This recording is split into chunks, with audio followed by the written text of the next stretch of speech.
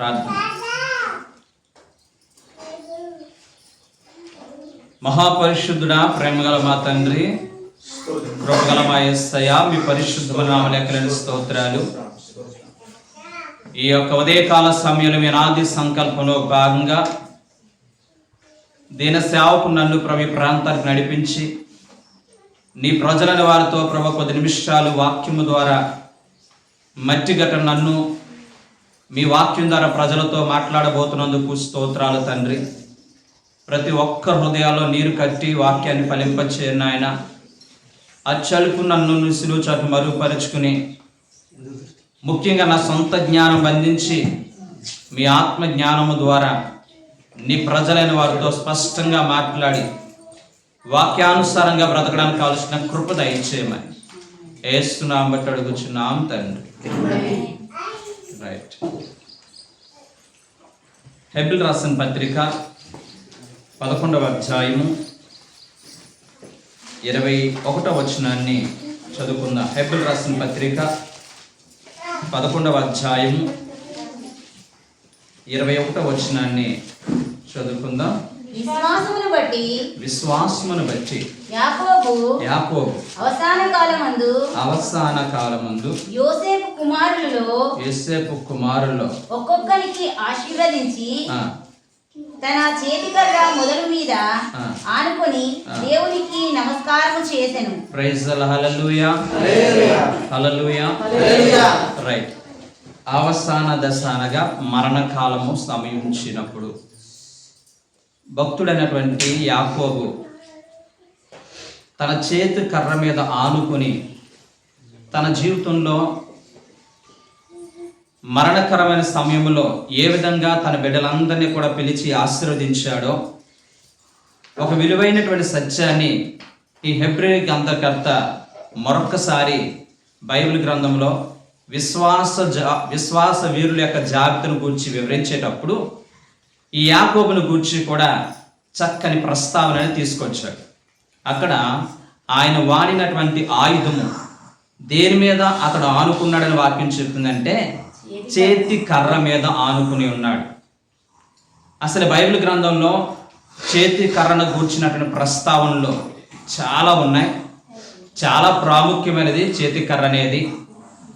ఎందుకు ఈ చేతి కర్రను గూర్చి బైబిల్ గ్రంథము అంత ప్రత్యేకమైన రీతిలో ప్రస్తావించడానికి గల కారణాలు ఏంటి? ఆధ్యాత్మికమైన కోణంలో చేతి కర్ర దేనికి సాదృశ్యంగా ఉంది అని మనం చూసినట్లయితే ఫిలిప్పీయులకు రాసిన పత్రిక 2వ అధ్యాయము 16వ వచనంలో, ఫిలిప్పీయులకు రాసిన పత్రిక 2వ అధ్యాయము 16వ వచనాన్ని మనం చూసినట్లయితే అట్టి జనముల మధ్య మీరు జీవవాక్యమును చేతపట్టుకుని లోకమందు జ్యోతుల వలె కనబడుచున్నారు. Praise the Lord. హల్లెలూయా. మీరు అట్టి ప్రజల మధ్య జీవవాక్యమును చేత పట్టుకుని లోకమందు జ్యోతుల వలె కనపడుచున్నారు. హల్లెలూయా. రైట్. దేవుని యొక్క సన్నిధికి వచ్చిన ప్రతి ఒక్కరము కూడా అవసాన దశలో మరణకరమైన సమయం వరకు కూడా యాకోబు ఏ విధంగా కర్రని ఆధారంగా చేసిన బ్రతికాడో దేవుని నమ్ముకున్న ప్రతి బిడ్డ కూడా, దేవుని సన్నిధికి వచ్చిన ప్రతి ఒక్కరూ కూడా ఈ లోకం అనేటువంటి సముద్రంలో ఈ లోకస్తుల మధ్య మనమందరము కూడా జీవవాక్యమును చేతి కర్రగా మనము భావించి మనమందరము కూడా లోకం యందు జ్యోతుల వలె కనపడాలని దేవుని యొక్క ఆశ. ఈ రోజున ఎవరి జీవితాల్లో చూసినా ఈ రోజున ప్రతి ఒక్కరము కూడా చేతుల్లో అనేకమైనటువంటి స్మార్ట్ ఫోన్లు పెట్టుకోగలుగుతున్నాం, విలువైన వస్తువులు చేతితో పట్టుకోగలుగుతున్నాం. కానీ జీవవాక్యమును, జీవ గ్రంథమును ఈ రోజున మన చేతిలో కనపడే వాళ్ళు ఈ రోజున కనుమరుగైపోతున్నటువంటి పరిస్థితి. ఒకప్పుడు జీవ గ్రంథానికి ఎక్కువ ప్రాధాన్యత ఇచ్చేటువంటి దేవుని నమ్ముకునే బిడ్డల సైతము ఈ రోజున దేవుని వాక్యానికి, జీవవాక్యాన్ని చేత్తో పట్టుకోవడానికి ఇష్టపడలేటువంటి పరిస్థితి మనం చూస్తున్నాం. దయచేసి చేతికర్ర అంటున్నాం.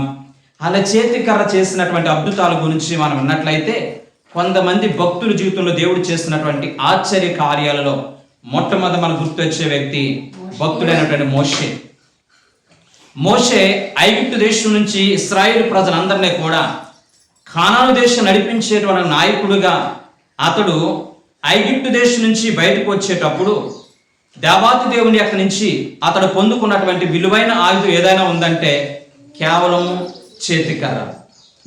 ఈ చేతికర్రతోనే ఐగుప్తు దేశంలో 10 అద్భుతాలు చేసినట్లుగా మనం చూడగలుగుతున్నాం. ఇదే చేతికర్రతో భక్తుడైన మోషే ఎర్ర సముద్రాన్ని 2 పాయలుగా చేసినట్లుగా చూడగలుగుతున్నాం. ఈ యొక్క మోషే ఇదే చేతికర్రతో బండను కొట్టగా జీవజలం అనేది వచ్చి అనేక మంది యొక్క ఇశ్రాయేలు ప్రజల యొక్క దాహార్తిని తీర్చినట్లుగా మనం చూడగలుగుతున్నాం. ఇదే చేతికర్రతో ఆకాశం వైపు సముద్రం వైపు చాపగా పూరేళ్ళన్నీ కూడా అక్కడికి వచ్చి వాలినట్లుగా మనకు బైబిల్ చరిత్ర చెప్తూ ఉంటుంది. ఇంకా మనం ముందుకు వెళ్ళినట్లయితే గనక ఇశ్రాయేలు ప్రజలకి అమాలేకుల ప్రజలకి హోరాహోరిన భయంకర యుద్ధం జరుగుతూ ఉన్నప్పుడు భక్తుడైనటువంటి మోషే తన చేతి కర్రని పైకెత్తినప్పుడు ఇశ్రాయేలు ప్రజలందరూ కూడా విజయం పొందారు. ఇశ్రాయేలు ప్రజలందరూ కూడా విజయం చేకూర్చింది మోషే చేతిలో ఉన్నటువంటి చేతి కర్ర. అంత మహిమగల పరిచర్య, అంత శ్రేష్టమైనటువంటి పరిచర్యని చేయడానికి దోహదపడింది. దేవుని వాక్యం ప్రేమిట్లారా, మన దైనందిక జీవితంలో కూడా నీ బ్రతుకులో నా బ్రతుకులో ఎర్ర సముద్రం లాంటి శ్రమలనేవి మనల్ని భయపెడుతున్నాయా? ఈ రోజున ఆత్మ దాహము చేత, దాహార్తి చేత ఈ రోజున అనేక మంది కృంగిన స్థితిలో ఉన్నారా? ప్రతి ఒక్కరు కూడా ఆధారమైనది మోషే యొక్క చేతి కర్ర. మోషే చేతులున్న చేతి కర్ర ఎలాంటి అద్భుతాలు చేసి అచంచలమైన నాయకుడిగా మోషేని మార్చిందో, ఈ రోజు నీ చేతిలో ఉన్నటువంటి జీవవాక్యమైనటువంటి చేతి కర్ర నీ బ్రతుకులో నా బ్రతుకులో కూడా అనేకమైన అద్భుతాలు చేసి ఈ లోకమైనటువంటి ఐగుప్తు దేశం నుంచి కానాను దేశానికి నడిపించడానికి నీకు నాకున్నటువంటి ప్రతి అడ్డుని, ప్రతి ఆటంకాలని తొలగించడానికి దేవాతి దేవుడు నీకు నాకు ఇచ్చినటువంటి ఒక శ్రేష్టమైన ఆయుధమైన తెలుసా? జీవవాక్యమైనటువంటి చేతి కర్ర. ఇంకా మనం చూసినట్లయితే బైబిల్ గ్రంథంలో మరొక చరిత్ర ఈ యొక్క మోషే యొక్క అన్న అయినటువంటి అహరోను విషయంలో కూడా మనం చూస్తూ ఉంటాం. అహరోను చేతిలో చేతి కర్ర ఉన్నది. అహరోను చేతి కర్రను గురించి మనం చూసినట్లయితే ఇశ్రాయేలు ప్రజలందరూ కూడా మోషేకిని అహరోనుకి మధ్య అహరోను మీద సనుక్కునే ప్రయత్నం చేశారు. ఈ మాటలన్నీ కూడా బైబిల్ గ్రంథంలో మీరు సంఖ్యాకాండము 17వ అధ్యాయము మొదటి నుంచి మీరు ఇంటి దగ్గరికి వెళ్ళిన చదివినట్లయితే విలువైన విషయాలు మనకి అర్థమవుతాయి. సంఖ్యాకాండము 17వ అధ్యాయము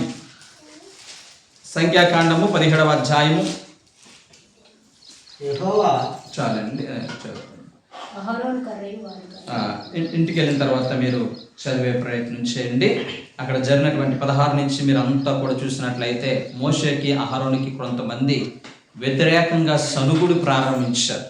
వాళ్ళైనా సేవ చేసేది, వాళ్ళైనా యాజకత్వం చేసేది, మేం కాదా, వారిలో ఉన్నదేంటి మాలో లేనిదేంటి అని చెప్పి కొంతమంది పోగై సనుగుడని ప్రారంభించి ఈ యొక్క మోషే మీద అహరోను మీద సనిగే ప్రయత్నం చేశారు.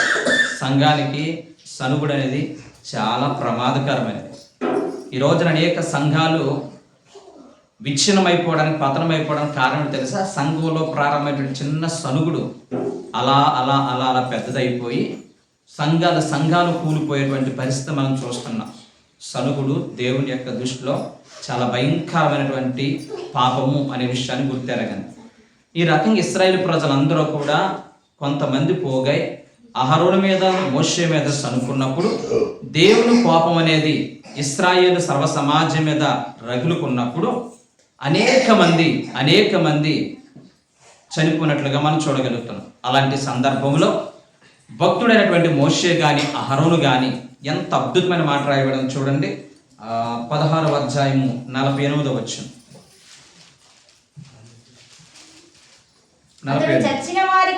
మోషే చెప్పినట్లు అహరోను వాటిని తీసుకుని సమాజం మధ్యకు పరిగెత్తుకుని పోయినప్పుడు తెగులు జనుల్లో నుంచి మొదలుపెట్టి ఉండేది. కాగా అతడు ధూపం వేసి జనుల నిమిత్తము ప్రయత్నము చేశాడు. అతడు చచ్చిన వారికి బ్రతికిన వారికి మధ్య నిలబడగా తెగులు ఆగిపోయెను. హల్లెలూయా, హల్లెలూయా. ఈ కోరహు యొక్క పిల్లలు తిరుగుబాటు కోరహు కుటుంబం, కోరహు తిరుగుబాటు చేసి చనిపోయిన వారు గాక 10,700 మంది ఆ తెగులు చేత చచ్చిపోయిరి. హల్లెలూయా. అహరోను, ఇశ్రాయేలు ప్రజలందరూ కూడా మోషేకి అని అహరోనుకి మధ్య వ్యతిరేకంగా సనుక్కుంటున్నప్పుడు ఈ మోషే అహరోను చేసిన పని తెలుసా? చచ్చిన వారికి బ్రతికిన వారికి మధ్యన వాళ్ళు ఏం చేయాలో తెలుసండి? దోపార్తిని చేత పట్టుకుని ఉన్నారంటే, నిలిచారంటే, దేవా దయచేసి వీళ్ళని కనికరించు అని చెప్పి వాళ్ళ పక్షమందు నిలబడి వాళ్ళ కొరకు విజ్ఞాపన చేసినట్లుగా మనం చూడగలం. దేవుడు తన కృపా పరిచర్యలో నిన్ను నన్ను వాడుకోవాలంటే మోషేకున్నటువంటి మంచి హృదయము, అహరోనుకున్నటువంటి మంచి హృదయాన్ని మనం కలిగి ఉండాలి. ఈ రకంగా జరుగుతున్నటువంటి పరిస్థితుల్లో ఇక్కడ జరిగినటువంటి అద్భుతమైనటువంటి సంఘటన మనం చూసినట్లయితే మోషే దగ్గరకు వచ్చి అందరూ కూడా అహరోను ఒక్కడైనా పరిచయం చేయడానికి యాజకుడు మేము కాదంటే దేవుడు ఏమన్నాడంటే, ఇదిగో 12 గోత్రాల నుంచి కూడా 12 కర్రలు తీసుకురండి, 12 కర్రలు కూడా ప్రత్యక్ష గుడారంలో పెట్టండి. ఏ కర్ర అయితే గనక చిగురిస్తాదో దాని మీద పేర్లు రాయండి. ఎవరి కర్ర అయితే చిగురిస్తాదో వారే యాజకత్వం చేయడానికి అర్హులు అని చెప్పి దేవుడు ఒక చక్కని సలహా మోషేతో చెప్పాడు. దేవుడు చెప్పినట్లుగానే మోషే 12 గోత్రాల నుంచి కూడా 12 కర్రలు తీసుకొచ్చి ప్రత్యక్ష గుడారంలో పెట్టినప్పుడు అహరోను కర్ర ఏమైందంటే రాత్రికి రాత్రి, చూడండి 8వ వచనం, మరునాడు మోషే సాక్షాత్ గుడారంలోనికి వెళ్ళి చూడగా లేవి కుటుంబుదైనటువంటి అహరోను కర్ర చిగిర్చి ఉండెను. అది చిగిర్చి పువ్వులు పూసి బాదము పండ్లు గలదాయను. హల్లెలూయా, రైట్. మనం ఆరాధిస్తున్నటువంటి దేవాతి దేవుడు రాత్రికి రాత్రి మోడుబారిపోయిన జీవితాలని చిగురింపచేయగల దేవుడు. ఈ యొక్క అహరోను చేతులున్నంత సేపు కూడా అది పనికిరాని కర్ర, అహరోను చేతులున్నంత సేపు కూడా అది ఎండిపోయిన కర్ర, అహరోను చేతులున్నంత సేపు కూడా ఆ కర్ర అనేక ప్రాంతాలకు వెళ్ళడం ద్వారా మలినమైపోయినటువంటి కర్ర. అలాంటి మలినమైపోయిన కర్రను తీసుకొచ్చి ఈ యొక్క సాక్షాపు గుడారంలో పెట్టినప్పుడు రాత్రికి రాత్రి అది ఏమైందంటే చిగురించడమే కాకుండా బాదము పువ్వులు పూసి పుష్పించింది అన్నట్లుగా చెప్పగలుగుతుంది.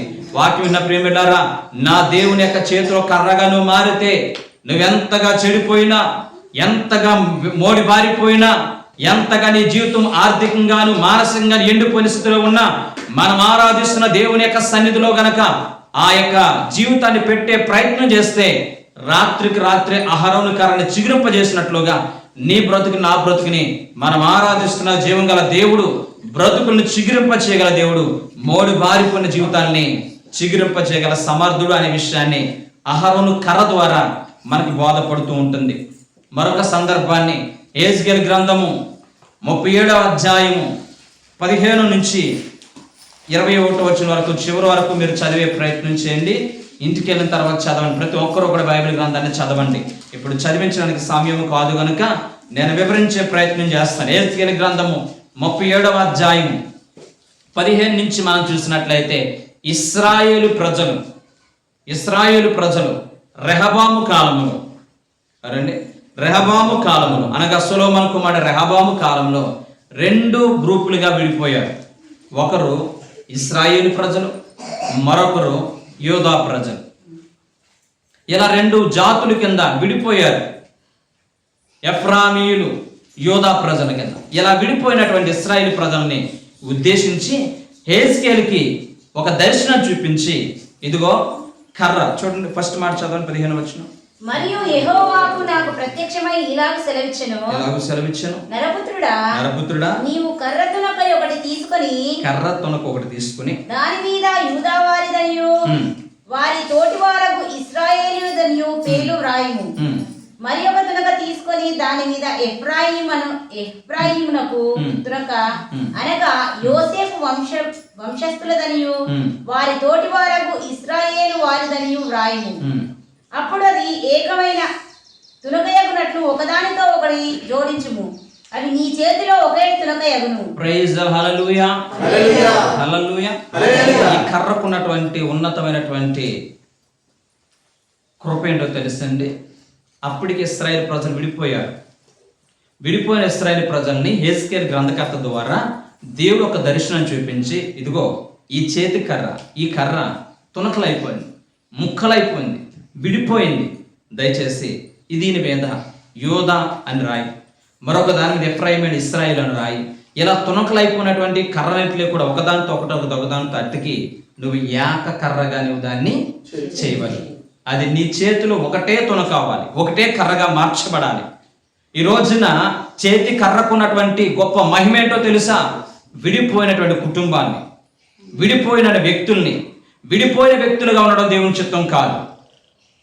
ఎవరికి వాళ్ళు నా ఇష్టం నా జీవితం అన్నట్లుగా గత వారంలో కూడా మనం విన్నాం. ఇశ్రాయేలు ప్రజల యొక్క ఐక్యతను కోరుకున్న దేవుడు అనేటువంటి వాక్యాన్ని మనం విన్నాం. ఈ రోజున అదే మాటని హెజ్కేలు గ్రంథకర్త ద్వారా మరొకసారి మనకు వివరిస్తున్నాడంటే, ఈ రోజున కుటుంబాల్లో పాడైపోయిన అనైక్యత, ఈ రోజున కుటుంబాలు ఏలుబడి చేస్తున్న భయంకర అనైక్యత, వ్యక్తుల మధ్య పాడైపోతున్నటువంటి స్నేహబంధాన్ని దేవుడు మన యొక్క జీవితాలలో ఇలా ఉండకూడదని చెప్పి మనమందరము కూడా ఒకే రక్తం చేత కడగబడిన వారము, ఒకే రక్తం చేత విమోచించబడిన వారము, ఒకే దేవుని యొక్క సన్నిధిలో దేవుని యొక్క అవయవాలై ఉన్నాము అనేటువంటి భావన కలిగి దయచేసి మందిరానికి వచ్చే వాళ్ళు ఎవ్వరూ కూడా, దేవుని సన్నిధిలో ఉన్నవారు ఎవ్వరూ కూడా నా జీవితం నాదే, నా బ్రతుకు నాదే అన్నట్లుగా కాకుండా ప్రతి ఒక్కరము కూడా ఐక్యతగా బ్రతకాలి, ఒకే చేతికర్రగా ఉండాలి. విడిపోయిన చేతికర్ర ఉండడం దేవుని చిత్తం కాదు, పాడైపోయినటువంటి చేతికర్ర ఉండడం దేవుని చిత్తం కాదు. నా దేవుడు దైవ సేవకుడే హెజ్కేలు గ్రంథకర్తతో ఏదైతే వాక్యము ద్వారా ఇశ్రాయేలు ప్రజలకి, యూదా ప్రజలకి హెచ్చరించాడో, ఈ ఉదయకాల సమయంలో కూడా మనందరికీ కూడా హెచ్చరిస్తున్నటువంటి దివ్యమైనటువంటి హెచ్చరిక, అందరము కూడా ఐక్యతగా ఉండాలి, అందరం సమైక్యతగా ఉండాలి. ఈ స్వల్పకాలపు జీవిత కాలంలో ఈ లోకాన్ని ఎప్పుడు విడిచిపెడతామో మనకు తెలియదు. ఈ స్వల్పకాలపు జీవిత కాలంలో మనం అందరము కూడా ఒకరినొకరు అపరిమితమైన ప్రేమను కలిగి, సహోదర ప్రేమను కలిగి, ఒకే చేతిలో కర్ర వలె, ఒకే దైవ సేవకున్నటువంటి చేతి కర్ర ఏ విధంగా అయితే కనుక చేతి కర్రను బట్టి అనేక అద్భుతాలు చేయగలుగుతాడు సేవకుడు, అలాగే సంఘము కూడా ఒకే మాట, ఒకే ధ్యాస, ఒకే దేవుని ఆరాధిస్తున్నామనేటువంటి ఒక ఉన్నతమైనటువంటి దర్శనంతో అందరూ ఐక్యతగా బ్రతకడానికి ప్రయత్నించాలి. కానీ నేను వాళ్ళతో మాట్లాడను, వాళ్ళు మాతో మాట్లాడరు, వాళ్ళకి మాకు మాట్లాడలేవు, వాళ్ళు మేము విడిపోయాం అనేటట్లు ఒకే సంఘం నుండి కూడా ఒకే రక్తము త్రాగుతూ కూడా మనం వేరువేరుగా ఉన్న దేవుని చిత్తము కాదు. దేవుడు స్వయంగా దేవుని యొక్క చిత్తాన్ని స్వయంగా హెజ్కేలుకి బయలుపరిచినట్లుగా ఈ ఉదయకాల మనకు కూడా బయలుపరుస్తున్నాడు. మనం అందరం ఒక ఐక్యతగా బ్రతకడానికి దేవుడు కోరుకుని, ఇశ్రాయేలు ప్రజలకు ఐక్యతను కోరుకున్నట్లుగా నేటి సంఘాల్లో ఐక్యతను దేవుడు కోరుకుంటున్నాడు. అనైక్యతను దేవుడు దూరపరచునుగాక. హల్లెలూయా. రైట్. ఇంత ఉన్నతమైనటువంటి చేతి కరకున్నటువంటి మహిమను గూర్చి ఈ రోజున అస్సలు వాక్యం యాకోబును గురించి మనం వినబోతున్నాం. చదవండి. ఆదికాండం 32వ అధ్యాయం 10వ వచనం. ఆదికాండము 32వ అధ్యాయం 10వ వచనం. ఆదికాండము 32. నీవు నీ సేవకుడైన నాకు చేసిన సమస్తమైన ఉపకారములకు, సమస్త సత్యమునకు అపాత్రుడను, ఎట్లనగా నా చేతి కర్రతో మాత్రమే నేను యోర్దాను దాటి తిని. Praise the Lord. హల్లెలూయా. అప్పుడు నేను 2 గుంపులైతిని. ఎంత అద్భుతమైనటువంటి సత్యాన్ని భక్తుడైనటువంటి యాకోబు మాట్లాడుతున్నాడో చూడండి. తన వెనకడ జీవితం ఎన్నడూ కూడా మర్చిపోలేదు యాకోబు. ప్రతికూల పరిస్థితిని బట్టి, స్థితిగతులను బట్టి తన తండ్రి అయినటువంటి ఇస్సాకు నుంచి, తన తల్లి అయిన రెబెకా నుంచి దూరం అవ్వాల్సిన పరిస్థితి యాకోబు జీవితంలో తటస్థించింది. అలా దూరం అయిపోయి తన మామ అయినటువంటి లాబాను ఇంటికి ప్రయాణమై వెళ్తూ ఉన్నాడు యాకోబు. నువ్వు దూర ప్రయాణం చేస్తున్నావు కదా, మరలా మేము బ్రతుకుండగా వస్తావో రావో తెలీదు, ఇదిగో ఇంత డబ్బు ఉంది, ఇది తీసుకెళ్ళు, ఇంత బంగారం ఉంది, నువ్వు తీసుకెళ్ళు అని చెప్పి ఇస్సాకు యాకోబుతో చెప్పలేదు. చూడండి, దేవుని పిల్లలమైన మనం కూడా మన పిల్లలకి బ్రతకడం నేర్పించాలి తప్ప వాళ్ళకి విలువ లేనట్లుగా ఏది అడిగితే అది ఇచ్చేవారుగా మనం ఏమన్నాడో కూడా ఉండకూడదు. దేవుని వాక్యం ఎంత స్పష్టంగా తెలియజేస్తుందో చూడండి. నిజంగా అబ్రహాము భూమి మీద ఉన్న వారందరికంటే మిక్కిలి ఆస్తిపరుడని రాయబడి ఉంది. అతని ఎంట పుట్టిన వారు 318 మంది పనివారు. తనతో ఉన్నటువంటి తన దగ్గర పనిచేస్తారు ఇంచుమించుగా 2000 మంది పైబడే పనిచేసే వాళ్ళు ఉన్నారంట. ఇంత ఉన్నతమైనటువంటి ఆసామి అబ్రహాం చనిపోయిన తర్వాత తన ఆస్తాంతటిని కూడా ఇస్సాకు ఇచ్చి ఉంటాడా? ఇస్సాకు తనకు తానుగా అతడు కరువు కాలం మంది విత్తనం వేసి 100 ఫలం పొందాడని వాక్యం చెప్తుంది. అంత ఉన్నతమైనటువంటి భూస్వామిగా ఈ యొక్క ఇస్సాకు పిలువబడుతున్నప్పటికీ కూడా తన కుమారుడు యాకోబు వెళ్ళిపోతున్నప్పుడు ₹1 కూడా ఇచ్చినట్టుగా బైబిల్ గ్రంథంలో చెప్పట్లేదు. ఒక చేతి కర్రనిచ్చి యాకోబుని పంపించేశాడు. విశ్వాసాన్ని నేర్పిస్తున్నాడు. కర్రనగా విశ్వాసానికి సాదృశ్యం ఉంది. ఒరే, నేను ఇస్తే ఎంతో కొంచెం ఇస్తాను, నీ జీవితం అక్కడతో, నీ అభివృద్ధి అక్కడతో ఆగిపోద్ది. నా యొక్క పితరుడైనటువంటి అబ్రహాము తన తండ్రి ఇంటి నుంచి వచ్చేటప్పుడు చేతికర్రతో వచ్చాడు, ఆధారం లేకుండా వచ్చాడు. దేవుడు అతను విడిచిపెట్టలేదు, ఉన్నతమైన ఆస్తికర్తగా మార్చాడు. నీ తండ్రిని నేను కూడా చేతికర్రతోనే ఇంత ఆశీర్వాదాలు పొందగలిగాను. విశ్వాస వీరుడివై ఈ చేతికర్ర ద్వారానే నువ్వు దీన్ని ఆధారంగా చేసుకున్నట్లయితే కృపగల దేవుడు, మహిమగల దేవుడు నిన్ను కూడా నేను ఆశీర్వదించబడిన దానికంటే ఎక్కువ నేను ఆశీర్వదిస్తాడు. నువ్వు ధైర్యంగా వెళ్ళని చెప్పి ఇస్సాకు యాకోబుని దీవించి చేతికర్ర ఇచ్చి పంపించేశాడు. మనమైతే నిన్ను అనుకుంటాము, మా నాన్న ఎంత దుర్మార్గుడు, మా అమ్మ ఎంత దుర్మార్గురాలు, నేను అక్కడ ఏం తింటాను ఏం తాగుతాను అనేది కనీసం జాలి లేకుండా ఇంత ఆస్తి ఉంచుకుని ₹1 కూడా ఇవ్వలేదు అని అనుకోవాలి. కానీ యాకోబు అలా అనుకోలేదు. ఆస్తి ఇస్తే తరిగిపోతుంది, కానీ వాళ్ళకి విశ్వాసం ఇస్తే చివరి వరకు కూడా కాపాడుకుంటారని చెప్పి వాళ్ళు ఏదైతే విశ్వాసంతో సంపాదించుకున్నారో ఆ చేతి కర్రని యాకోబుకి ఇచ్చారు. ఆ చేతి కర్రతోనే యాకోబు తన మామైన లాబాను ఇంటికి వెళ్ళాడు. ఆ లాబాను ఇంటి దగ్గర ఎన్నో కష్టాలు, ఎన్నో బాధలు, 20 సంవత్సరాలు వెట్టి చాకిరి, మోసపోయిన పరిస్థితి, తన బాధను ఎవరికి చెప్పుకునే పరిస్థితి, అన్ని విధాలుగా మోసపోయి విసిగి వేసారిపోయినటువంటి యాకోబు జీవితాన్ని మనం చూసినట్లయితే తనంత విశ్వాసంతో బ్రతకడానికి కారణం తెలుసా? తన తండ్రి ఇస్సాకు ఇచ్చినటువంటి ఆ కర్రని ఆధారంగా చేసుకుని విశ్వాసపు యాత్రను కొనసాగించాడు. తన మామ ఎంత మోసం చేసినా కానీ యాకోబుని దేవుడు చేతి కర్రల ద్వారా ఆశీర్వదించడం మొదలుపెట్టాడు. గొప్పగా ఆశ్రయించబడ్డాడు. తిరిగి దేవుని యొక్క మాట చొప్పున తన తండ్రి ఇంటికి వస్తూ ఉంటుంటే యబ్బోకు రేవు దగ్గరికి వచ్చాడు. యబ్బోకు రేవు దగ్గరికి రాగానే యాకోబుకి గతకాలం జ్ఞాపకం వచ్చింది. దేవా, ఇదే ప్రాంతంలో ఇదే యబ్బోకు రేవు దగ్గర ఆకలితో అలమటించిపోతే ఈ చేతి కర్రను చూసి అలమటించేటట్లుగా, దిక్కులు పెళ్ళగికేటట్లుగా మా అమ్మ నాన్న జ్ఞాపకం వచ్చి ఈ చేతి కర్రను చూసి ఈ చేతి కర్రతో ఎలా బ్రతకాలని చెప్పి భయంకరంగా ఏడ్చిన సందర్భం నాకు గుర్తుంది నాయన. అలాంటి సందర్భంలో ఈ చేతి కర్ర ద్వారానే నన్ను ధైర్యపరిచావు. ఈ రోజు నన్ను ఎలా చేసావో తెలుసా? నీ ఆశీర్వాదం పొందుకోవడానికి నేను అపాత్రుడిని, చేతి కర్రతో మాత్రమే యోర్దాను దాటి తిని ఈ రోజు నన్ను ఎన్ని చేసావో తెలుసా? 2 గుంపులుగా చేస్తావు. ప్రైజ్ హల్లెలూయా, హల్లెలూయా. ఎన్ని గుంపులుగా చేశాడండి? 2 గుంపులుగా చేస్తావు. 2 ఆశీర్వాదాలతో నింపావు. నన్ను పనికిరాని వాడిగా, లేదా పాడైపోయిన బిడ్డగా, లేదా ₹1 కూడా సంపాదించుకునే వాళ్ళగా లేకుండా ఈ రోజు నన్ను గొప్పగా ఆశీర్వదించావు, 2 ఆశీర్వదించావు. ఇవన్నీ కూడా ఈ చేతి కర్ర ద్వారా, ఈ చేతిని ఆధారంగా చేసుకోవడం ద్వారా నేను పొందుకున్న ఆశీర్వాదాలే తప్ప నా కష్టం, నా తెలివితేటలు, నా జ్ఞానం కాదని చెప్పి యబ్బోకు రేవు దగ్గర యాకోబు తన చేతి కర్రను చూసి దేవుని మహిమపరచాడు. హల్లెలూయా. ఈ రోజున దేవుని వాక్యం ప్రియమిట్లారా, నీ బ్రతుకులో కూడా, నీ కుటుంబంలో కూడా ఒకవేళ తల్లిదండ్రులు వాళ్ళ స్థితిగతులను బట్టి, వాళ్ళ పరిస్థితులను బట్టి నీకేమి ఇవ్వలేదా? ఆధారపడిపోవద్దు, కృంగిపోవద్దు. నువ్వు ఆరాధిస్తున్నటువంటి దేవుని యొక్క వాక్య ప్రకారంగా, ఎందుకంటే చేతికర్ర నడిపించేది, దేవుని వాక్య ప్రకారం నడిచి నీ యొక్క ఉద్యోగం చిన్నదైనా, నీ వ్యాపారం చిన్నదైనా, నువ్వు చేసిన పని చాలా చిన్నదైనా, కృపగల దేవుని యొక్క హస్తం నీకు తోడుగా ఉన్నట్లయితే నేను గొప్పగా ఆశీర్వదిస్తాడు. హల్లెలూయా. ఉన్నతమైన స్థితిలో నేను ప్రభు నిలబెడతాడు. యాకోబుకి తోడై ఉన్న దేవుడు నీకు నాకు కూడా దేవుడు అలాగే తోడై ఉంటాడనే వాగ్దానాన్ని ప్రతి ఒక్కరూ కూడా నమ్మాలని ప్రభు కూడా తెలియజేస్తున్నా. హల్లెలూయా. ఇక మనం ముందుకు చూస్తున్నట్లయితే యాకోబు జీవితంలో తన యొక్క చేతికర్రని ఎలా ఆధారంగా చేసుకున్నాడు చూడండి. బైబిల్ గ్రంథంలో మనం ఫస్ట్ హెబ్రీ రాసిన పత్రిక 11వ అధ్యాయం 21లోకి వచ్చాడు. విశ్వాసమును బట్టి యాకోబు అవసాన కాలమందు యోసేపు కుమారులో ఒక్కొక్కరికి ఆశీర్వదించి తన చేతికర్ర మొదలు మీద ఆనుకొని చేతికర్ర మీద ఆనుకుని దేవునికి నమస్కారం చేశారు.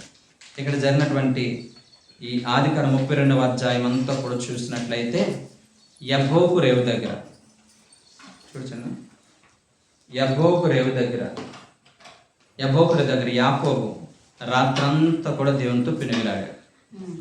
దేవునితో పెనుగులాడితే దేవాతి దేవుడు ఈ యొక్క రాత్రంతా కూడా దేవునితో పెరిగినటువంటి ఇతని జీవితంలో జరిగినటువంటి సంఘటన, దేవుడు యాకోబు యొక్క తొడబూటి మీద కొట్టినప్పుడు ఆ తొడబూటి ఏమైందండి? వలిసింది, అంటే విరిగిపోయిందని అర్థం. దయచేసి మన జీవితాల్లో నిలబడాలన్నా, పని చేసుకోవాలన్నా, ఏ పని చేయాలన్నా కానీ, ఏ పని చేయాలనుకున్నా కానీ, ఏ పని చేసుకోవాలనుకున్నా కానీ ఖచ్చితంగా ఏముండాలో తెలిసిందే. ఏముండాలండి? తొడగూట అనేది స్థిరంగా ఉండాలి. తొడగూట అనేది స్థిరంగా లేకపోతే, తొడగూట అనేది కనుక బలంగా లేకపోతే మనం నిలబడలేం. కాబట్టి యాకోబు జీవితంలో దేవుని మీద, ఎందుకంటే కొన్ని సందర్భాల్లో ఎంతగా దేవుడు ఆశీర్వదిస్తున్నా కానీ తన సొంత తెలివితేటలు బట్టి, సొంత జ్ఞానాన్ని బట్టి తన మామైన లాభాన్ని మోసం చేయాలని చెప్పి, అన్నని మోసం చేయాలని చెప్పి కొన్ని లోపాలు యాకోబులు లేకపోలేదు. అయితే దేవునికి ఉన్నటువంటి ఉన్నతమైన ప్రణాళిక ఏంటో తెలిసి యాకోబును గొప్పగా ఆశీర్వదించాలి, ఒక జనాంగంగా మార్చాలనే ఉద్దేశము యాకోబు మీద దేవునికి ఉంది. కాబట్టి రాత్రంతా కూడా తన బ్రతుకు మార్పు కొరకు పరితపించిన యాకోబు జీవితంలో ఒక ఉన్నతమైన కార్యం జరిగించాలని తన యొక్క గూడుని ఏం చేశారో తెలుసా? గూడు మీద కొడితే ఏమైపోయింది? గూడి విరిగిపోతే ఇప్పుడు దేని మీద ఆధారపడాడు యాకోబు? దేని మీద నడుస్తున్నాడు? చేతి కర్రని ఆధారంగా చేస్తున్నారు. ఆ చేతి కర్ర ఎవరు? దేవాతి దేవుడు. హల్లెలూయా. రైట్.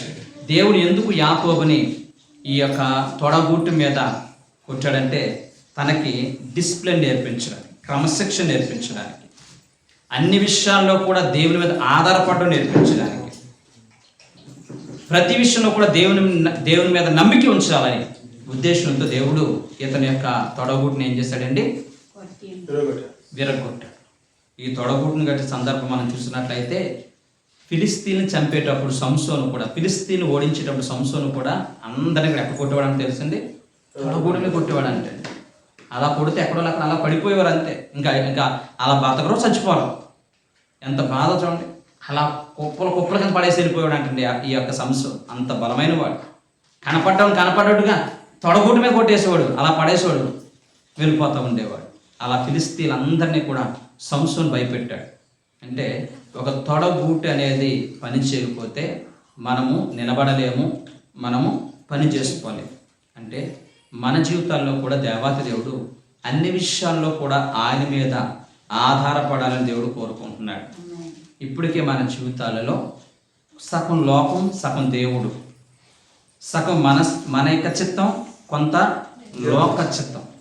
ఈ రోజున 100కి 75% మంది వాళ్ళ స్వచిత్తం మీద ఆధారపడుతున్నారు, సొంత జ్ఞానం మీద ఆధారపడుతున్నారు, సొంత తెలివితేటల మీద ఆధారపడుతున్నారు. కొన్నిసార్లు నష్టం వచ్చినా, కష్టం వచ్చినా కానీ ఎవరు నిందిస్తున్నారు?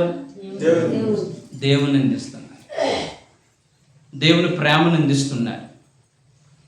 ఈ రోజున నా చిత్త ప్రకారంగా, నా సొంత జ్ఞానాన్ని బట్టి, నా సొంత తెలివితేటను బట్టి ఈ రోజు నా బ్రతుకు ఇలా అయిపోయింది అనేటువంటి భావన ప్రజలు ఉండలేదండి. సొంత చిత్తం చేయడానికి ఇష్టపడుతున్నారు, సొంత జ్ఞానంతో బ్రతకడానికి ఇష్టపడుతున్నారు, సొంత తెలివితేటలతో బ్రతకడానికి ఇష్టపడుతున్నారు. అలాంటి వారుగా కాకుండా ప్రతి విషయంలో కూడా దేవుని చిత్తం మీద సంపూర్ణ లోబడాలని కొన్ని సందర్భాల్లో నీ జీవితాన్ని కుంటుపరిచే ప్రయత్నం చేస్తున్నా అంత మాత్రాన దేవుని నుంచి విడిచిపెట్టలేదు. మరింతగా దేవుని మీద ఆధారపడమని దేవుడు మనకి నేర్పిస్తున్నాడు. ప్రైజ్ హల్లెలూయా. రైట్. రెండోదిగా ఈ చేతికర్ర దేనికి సాదృశ్యం ఉందంటే మనం చూసినట్లయితే రెజరెక్షన్ ఆఫ్ గాడ్, దేవుని యొక్క పునరుద్ధానపు శక్తిని మనకి ఇవ్వాలని ఆశపడుతున్నాడు. సంఖ్యాకాండంలో మనం చూసాం కదండి. సంఖ్యాకాండంలో 17వ అధ్యాయం 8వ వచనం మనం ఇందాక చదువుకున్నాం. అహరోను కర్ర రాత్రి ఏం చేసిందండి? చిగురించింది.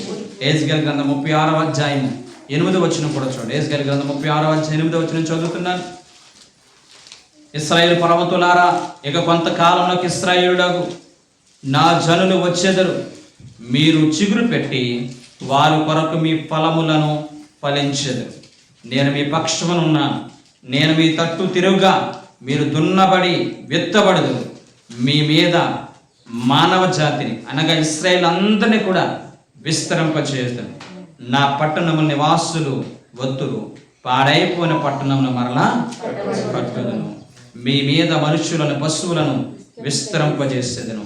అవి విస్తరించి అభివృద్ధి నందును. పూర్వం ఉన్నట్లు మిమ్మల్ని నివాస స్థలముగా చేసి మునుపటి కంటే అధికమైన మేలు మీకు కలుగు చేస్తాను. అప్పుడు నేను యెహోవానై ఉన్నాను మీరు తెలుసుకుంటారు. Praise the Lord. హల్లెలూయా. దేవుని యొక్క ఉద్దేశం చేతికర్రకున్నటువంటి రెండవ అనుభవం ఏంటని చూసినట్లయితే పాడైపోయినటువంటి బ్రతుకుల్ని, చెరపట్టబడిన బ్రతుకుల్ని, ఇక ఫలించరు అనుకున్నటువంటి బ్రతుకుల్ని దేవుడు ఏం చేస్తాను అనుకున్నాడండి? మరలా ఫలింపచే పాడైపోయినటువంటి పట్టణంలో నేను మరలా కడతాను. పాడైపోయిందా నీ బ్రతుకు, పాడైపోయిందా మన కుటుంబ వ్యవస్థ, పాడైపోయిందా మన సంఘ పరిస్థితులు, పాడైపోయిందా మన వ్యక్తిగత జీవిత వ్యవస్థ. కృపగల దేవుడు ఇశ్రాయేలు యొక్క ప్రజల యొక్క పాడైపోయిన గుడారంలో ఏ విధంగా పట్టణాలు కట్టాలని ఆశపడుతున్నాడో ఈ చేతికరణ ఆధారంగా చేసుకున్నట్లయితే పాడైపోయినటువంటి మన కుటుంబాన్ని కూడా దేవుడు తిరిగి కడతాడు. ఇదే మాట కీర్తనాకారుడు 145వ కీర్తన 14వ వచనంలో ఉంటుంది కదండి. యెహోవా పడిపోయిన వారిని ఉద్ధరింపచేవాడు. చూడండి 145వ కీర్తన 14వ వచనం. యెహోవా పడిపోయిన వారందరినీ ఉద్ధరించువాడు. యెహోవా పడిపోయిన వారందరినీ కూడా ఉద్ధరించువాడు. కృంగిపోయిన వారందరినీ కూడా లేవనెత్తువాడు. చేతి కరకున్నటువంటి మహిమ ఏంటో తెలుసండి. పడిపోయిన వారందరినీ కూడా ఏం చేస్తాదండి? ఉద్ధరించేవాడు. పాడైపోయిన వారిని ఏం చేస్తానంటున్నారండి? లేవనెత్తేటువంటి గొప్ప దేవుడు.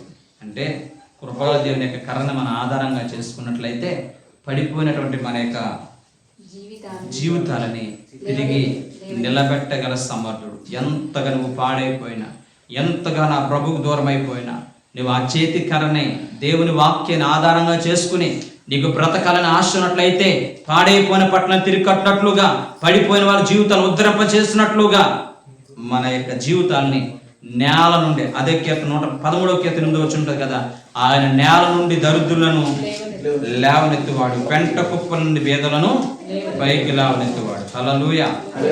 రైట్. తర్వాత మనం చూసినట్లయితే ఈ చేతికర్ర మీద, దేవుని యొక్క వాక్యం మీద మనం ఆధారపడినట్లయితే కనుక మనలో ఉన్నటువంటి ప్రతి భయాన్ని కూడా ప్రారదోలుతారు. ఏం చేస్తుందండి? ప్రతి భయాన్ని ప్రారదోలి మనశ్శాంతిని ఇస్తారు. చేతికర్రని ఆధారంగా చేసుకున్నట్టు యాకోబు జీవితంలో తన బ్రతుకులు ఎంత పెరుగుతానం ఉందంటే యాసావును గుర్చిన భయం. 400 సైన్యంతో యాసావు వస్తున్నాడు, యాకోబుని చంపేస్తాడు. ఇలాంటి భయముతో, దిగులుతో, వణుకుతో, భయంతో ఉన్నటువంటి యాకోబు జీవితంలో తన చేతికర్రను ఆధారంగా చేసుకుంటే దేవుడు ఏం చేయాడో తెలుసా? మనశ్శాంతినిచ్చాడు. హల్లెలూయా. లాబాను గూర్చి భయపడ్డాడు. తిరిగి వచ్చేస్తున్నప్పుడు లాబాను తరుముకుంటూ వస్తుంటే లాబాను గూర్చి భయపడ్డాడు. చేతికర్రను ఆధారంగా చేసుకున్నాడు, మనశ్శాంతి బ్రతికాడు. అందుకనే యెషయా గ్రంథం 6వ అధ్యాయం 3వ వచనంలో ఎవరి మనస్సు యెహోవా మీద ఆనుకున్నానో వానిని ఏం చేస్తాడు దేవుడు? పూర్ణ శాంతం గలవాడు మారుస్తాడు. మనం దేవుని మీద ఆధారపడినట్లయితే, దేవుని వాక్యం మీద ఆధారపడినట్లయితే కనుక కృపగల దేవుడు నిన్ను కూడా పూర్ణ శాంతం గలవాడిగా దేవుడు మారుస్తాడు. ఇక మరొక మాటను చూసినట్లయితే చేతికర్ర మీద ఆనుకొని యాకోబు ఏం చేశాడో తెలుసండి? ఆరాధన చేశాడండి. నమస్కారం చేశాడంటే ఆరాధన చేతికర్ర అంటే వాక్యము ద్వారా మనం ఏం చేయాలండి? ఆరాధన చేయాలి. ఎందుకంటే ఈ లోకంలో చాలా రకాలైన ఆరాధన గురించి బైబిల్ గ్రంథంలో ఉన్నాయి. నేను కొన్ని సందర్భాల్లో చెప్పిన గుర్తు నాకు. అందులో మొట్టమొదటిది వ్యర్థమైన ఆరాధన. నోటికి ఎలా వస్తే అలా ఆరాధన చేసి దేవుడు ఇష్టపడు. వ్యర్థమైనటువంటి మాటలతో మనం దేవుణ్ణి ఉచ్చరింపకూడదు. మన నోటంటే వ్యర్థమైన మాటలు రాకూడదు. రెండోది మనం చూసినట్లయితే స్వేచ్ఛారాధన. ఏ ఆరాధన అండి? స్వేచ్ఛారాధన. స్వేచ్ఛారాధన అంటే ఏంటండి? నాకు ఇష్టమైతే వస్తాను, కష్టమైతే మానేస్తాను. నాకు నచ్చితే దేవుని మందిరం కోసం, నచ్చకపోతే నేను రాను. నచ్చితే ప్రభుని స్తుతిస్తాను, నచ్చకపోతే దీన్ని ఏమంటారు? స్వేచ్ఛారాధన. మూడోది మనం చూసేదే ఉప్పొంగిపోయే ఆరాధన. ఏ ఆరాధన అండి? ఉప్పొంగిపోయి పరిస్థితులను బట్టి నీకు మేలు జరిగితేనేమో ఎగురు గొంతులు వేసే ఆరాధన. నీకు ఏదైనా చిన్న పరీక్ష దేవుడు పెడితేనేమో అధోపాతానికి వెళ్ళిపోయే ఆరాధన. ఆ దేవుడు ఇష్టపడతాడా? ఎప్పుడు కూడా మనం ఉప్పొంగిపోయే ఆరాధన మనం చేయకూడదు. అలాగే మనం ఆరాధన చేస్తున్నప్పుడు ఎందుకు చేస్తున్నామో, ఎవరికి చేస్తున్నామో తెలియకుండా కూడా మనం ఆరాధన చేయకూడదు. ఇక లాస్ట్గా యథార్థమైన ఆరాధన. యోహాను సువార్త 12:20 కదా, ఆయన అంటాడు యథార్థమైనటువంటి ఆరాధన. యథార్థమైన ఆరాధన. యాకోబు అవసాదానస్తులు అనగా మరణకరమైన సమయంలో, చనిపోయే స్థితిలో అతను ఉన్నప్పటికీ కూడా యాకోబు ఏం చేస్తున్నాడు? ఆరాధన చేస్తున్నాడు. ఏం చేస్తున్నాడండి? ఆరాధన. చివరి ఊపిరి వరకు కూడా, అంటిల్ ద లాస్ట్ బ్రీత్, చివరి ఊపిరి వరకు కూడా మనం ప్రభుని స్తుతించేవారిగా మనం ఉండాలి. ప్రభుని స్తుతించేవారిగా మనం ఉండాలి. మనకు నచ్చినప్పుడు ప్రభుని స్తుతించడం కాదు, ఎల్ల వేళలా కూడా నీకు మేలు జరిగినా, నీ జీవితంలో పరీక్ష వచ్చినా, నీ జీవితంలో ఏం జరిగినా కానీ ప్రభుని స్తుతించేవారిగా, బలమైన విశ్వాసాలుగా మనం మారాలి. యాకోబు యొక్క జీవితం మనం చూసినట్లయితే, యాకోబు విశ్వాసుల వీరుల యొక్క జాబితాలో చేర్చబడ్డాడు. ఎవరి జాబితాలోనండి? విశ్వాస వీరుల గురించి, హానోకును గురించి, అబ్రహామును గురించి, ఇలా విశ్వాసుల యొక్క వీరుల పట్టిక చెప్తూ ఇప్పుడు ఎవరి గురించి చెప్పాడండి? యాకోబుని గురించి చెప్పాడు. ఎవరి గురించి? యాకోబుని గురించి. అంటే యాకోబు ఇశ్రాయేలు ప్రజల విశ్వాస వీరుల యొక్క పట్టికలో అతను ఏమయ్యాడండి? చేర్చబడ్డాడు. ఇక చివరి మాట, అద్భుతమైన మాట ఏంటో తెలిసింది. చేతి కర్ర మీద ఆనుకున్నటువంటి యాకోబు ప్రవచనాలు చెప్పాడు. ఏం చెప్పాడండి? ఆదికాండం 49:1 నుంచి మనం చూసినట్లయితే, తన మరణకరమైన సమయంలో చేతి మొదల మీద ఆనుకున్నటువంటి యాకోబు తన చనిపోయిన తర్వాత తన యొక్క బిడ్డల జీవితాల్లో సంభవింపబోయే సంగతులను, యాకోబు సేవకుడు కాదు, యాకోబు ప్రవక్త కాదు, యాకోబు దేవుని చేత పిలువబడినటువంటి ప్రవక్తలు ఒక ప్రవక్త కాదు, అయినప్పటికీ కూడా వాక్యం ఆధారంగా చేసుకుని, దేవుని యొక్క వాక్యం మీద ఆధారపడినటువంటి యాకోబు దేవుని యొక్క చేతి కర్రని ఆధారంగా చేసుకుని జీవిస్తున్న యాకోబు జీవితంలో ఏం చేయాలో తెలుసా? తన పిల్లల జీవితాల్లో జరగబోయే సంభవముల గురించి ప్రవచించాడు. హల్లెలూయా. ఈ రోజున ప్రతి ఒక్కరికి ఉన్న సమస్య, బాధ ఏంటి తెలుసా? నేనేమన్నా అయితే నా పిల్లలు ఏమైపోతారు, నేనేమైనా చనిపోతే, నేను అక్కడ జీవితంలో ఏదైనా జరిగితే నా కుటుంబం ఏమైపోద్ది అనే భయంతో ఈ రోజున దిగులు పడవలసిన అవసరం లేదు. నువ్వు గనక దేవుని వాక్య ప్రకారం బ్రతికే విశ్వాసగా నువ్వు ఉన్నట్లయితే, నీ బిడ్డల జీవితాల్లో దేవుడు చేసే ఆశ్చర్య కార్యాలు, నీ బిడ్డల జీవితం దేవుడు ఏ విధంగా మలచబోతున్నాడు, ఏ విధంగా ఆశ్రయించబోతున్నాడో అవన్నీ కూడా ప్రవచన రూపాల్లో అందరి కొడుకులను కూడా పిలిచి ఒక్కొక్కటి జీవితంలో జరిగేటువంటి అంత్యకాలంలో సంభవింపబోయే సంగతుల గురించి యాకోబు మాట్లాడంటే కారణం తెలుసా? అతడు యాకోబు దేవుని కర్రని ఆధారంగా చేసుకున్నాడు. దేవుని స్తోత్రం. హల్లెలూయా. చివరగా దేవుని యొక్క వాక్యం మీద, దేవుని యొక్క చేతి కర్ర మీద ఆధారపడిన యాకోబు జీవితంలో దేవుడు ఏమంటాడు తెలుసా? ఒక సందర్భంలో, నేను యాకోబు దేవుడను, నేను అబ్రహాము దేవుడను, ఇస్సాకు దేవుడను, యాకోబు దేవుడు. నేను మోసగాడని ప్రజలందరూ అనుకుంటున్నారు యాకోబుని, కానీ నేను అతని దేవుడిగా పిలుచుకోవడం ఇష్టపడతాను. ఎందుకో తెలుసా? అతడు నా వాక్యం మీద ఆధారపడి బ్రతికాడు.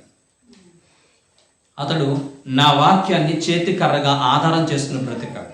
వాక్యం ప్రేమిళ్ళరా, మనమందరము కూడా భయంకరమైన ప్రజల మధ్య, వక్ర జనముల మధ్య మనమందరం కూడా జీవవాక్యమును చేత పట్టుకుని లోకమందు జ్యోతులు పోని వారిగా బ్రతికే కృప ఆ పరిశుద్ధాత్ముడు మనందరికీ దయచేయును గాక. చీకట్లో అనేక మందిని ఆశ్చర్య వెలుగులో నడిపించే బాధ్యతని మనం కలిగి ఉండాలంటే, ఈ చీకటి అనేటువంటి భయంకర లోకములో వాక్యమని వెలుగుని జ్యోతులుగా పట్టుకుని మన విశ్వాస యాత్ర ముందుకు సాగిపోదాం. వాక్యాన్ని చేతికరణ ఆధారంగా చేసుకున్న మోషే జీవితంలో దేవుడు అద్భుతం చేశాడు. అహరోను జీవితంలో దేవుడు అద్భుతం చేశాడు. బైబిల్ ఉంది హెజ్కేలు జీవితంలో అలాంటి అద్భుతం చేశాడు. యాకోబు జీవితంలో ఎలాంటి అద్భుతాలు చేస్తాడో మన జీవితంలో కూడా అలాంటి అద్భుతాలు ప్రభు చేయను గాక. మోకరించి ప్రార్థన చేసుకుందాం. మహాపరిశుద్ధుడైన ప్రేమ గల మా తండ్రి, మీ పరిశుద్ధమైన నామమునకు స్తోత్రాలు. నీ వాక్యం అనేటువంటి చేతికరణ ఆధారంగా చేసుకుని మా జీవితాలు ముందుకు నడిపించుకుంటే మా బ్రతుకులు జరిగే ఆశ్చర్య కార్యాలు మాతో స్పష్టంగా మాట్లాడినందుకు స్తోత్రాలు.